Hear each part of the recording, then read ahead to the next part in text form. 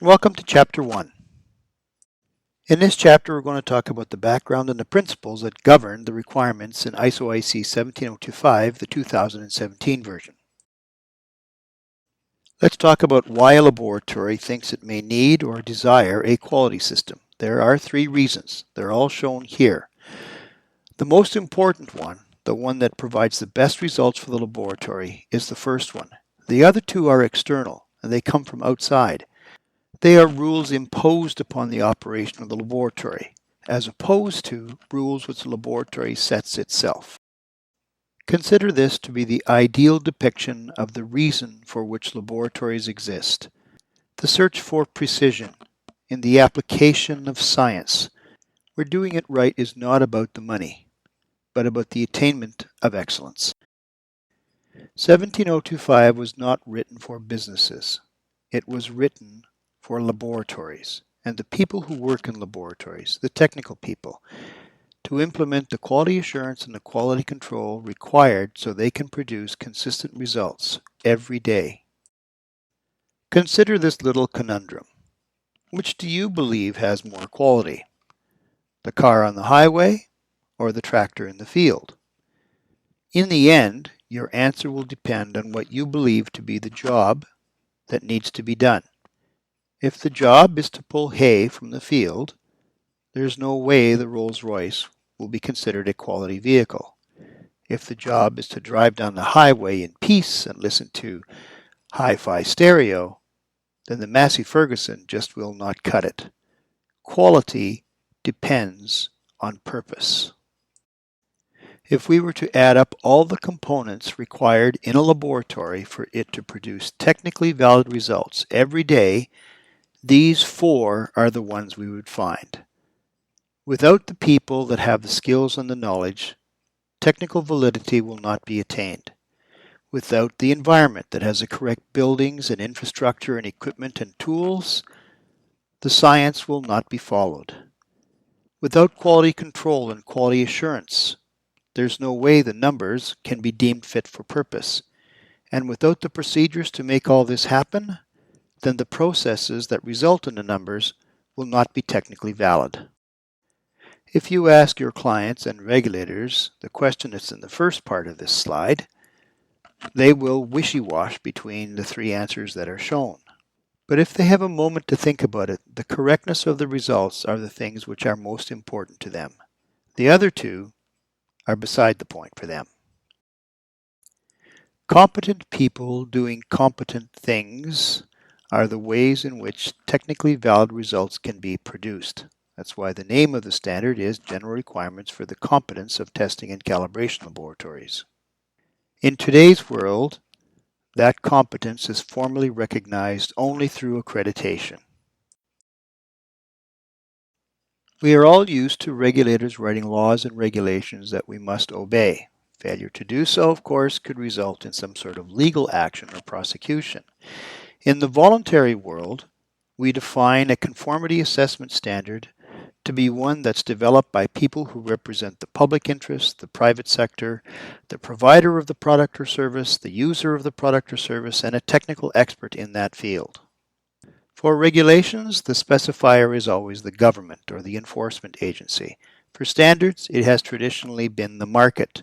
Over the last 10 or 15 years, however, governments have reached into the market and determined that they want some of these standards to be used in helping them do their job to protect the health, welfare, and safety of the citizens of their jurisdictions. A good example is 17025, where environmental laboratories in Canada and some in the United States are required to be accredited under law so that the environmental regulators can be assured that the results that they are getting meet the requirements for technical validity. That way they know that policies and regulations are based on technically valid results and enforcement actions are based on the same thing. We've already seen this diagram before. Now let's concentrate on the lines that are below the solid line in the middle of the diagram. This is what makes up a quality system. It has all those bits and pieces that support the ability of the lab to conduct its operations in a technically valid fashion. They don't appear to support technical things very much, but they do. Quality systems are the rules we write ourselves so that our work is technically valid. We've talked about quality control and quality assurance during our first examination of the lab process diagram. Here it is important to understand that quality management systems, especially for laboratories, include both QC and QA. While 17025 governs the basis of a quality management system for a laboratory, in and of itself it is often not enough for the formal recognition of competence that is called accreditation. Each individual science and/or aspect of various measurement sciences have their own rules, which an accreditation body is required to enforce if it's going to formally recognize the competence of a laboratory under accreditation. That includes the list of things which are shown here. Traceability and uncertainty have to do with metrology, the science of measurement. Validation, detection limits, and acceptable ranges of measurement, these are things that have to do with various types of testing sciences and sometimes measurement science called calibration.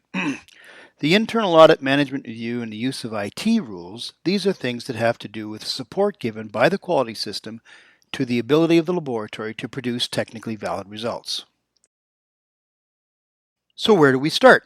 Well, the basis is 17025 itself, and it is not very complicated in terms of quality management systems, relatively simple.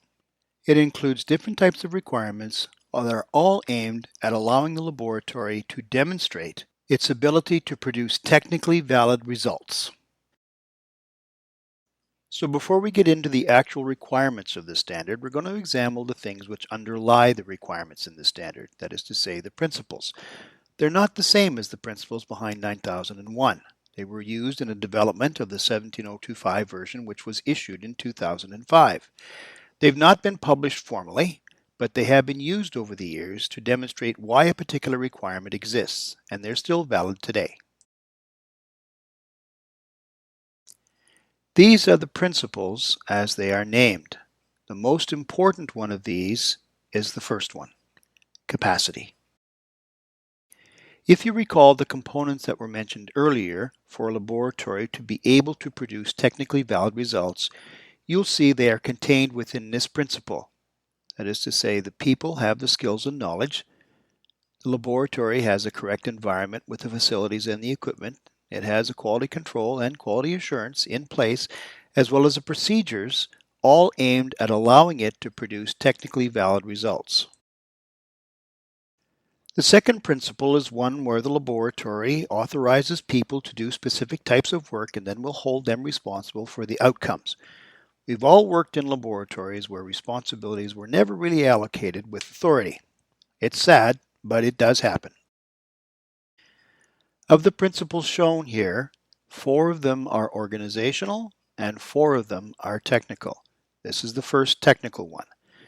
No valid result can be produced unless it is based on real science, on validated science, on science that has been looked at by peers around the world and all deemed to be appropriate for the type of result that is being produced. This is the second technical principle. In general, laboratories seek to determine numbers. Sometimes what they're looking for is not a number. In that case, the person who is looking for the thing, the property, must be deemed competent by their peers to be able to derive a technically valid result from the processes being used. This is the third organizational principle, and it is now fully a part of the 2017 version of the standard. The definition of impartiality varies from standard to standard, but in the case of the laboratories, it is most easily defined as ensuring that only those criteria which define the process, the quality assurance, the quality control, and the technical validity of the results can influence the actual number or result which is placed on the paper produced by the laboratory at the end of its process. Nothing else can be allowed to influence the result that is issued by the laboratory. This is the third scientific principle behind 17025-2017, and it is much improved in its implementation in the 2017 version of the standard versus the 2005 version. This is the last technical principle behind 17025, and it has to do with the conduct of the processes in a laboratory. Reproducibility is the subject of the authors of the test and calibration procedures, that it's done in one part of the world the same way as in another part of the world, that the two results could be comparable. Repeatability assumes the same person, the same sample, at about the same time, and certainly in the same environment. This is the last of the principles. It's also the fourth and last organizational one. And it's based upon a requirement for the organization to be honest with itself in its determination of the conduct of its operations and the performance of its systems. At the insistence of regulators, accreditation can only be done by accreditation bodies which will formally recognize the competence of the laboratory. If the laboratory is hiding things from itself, it will certainly come up against the eyes of the assessors from the accreditation body, who have the capacity and the duty to raise the issues that they find.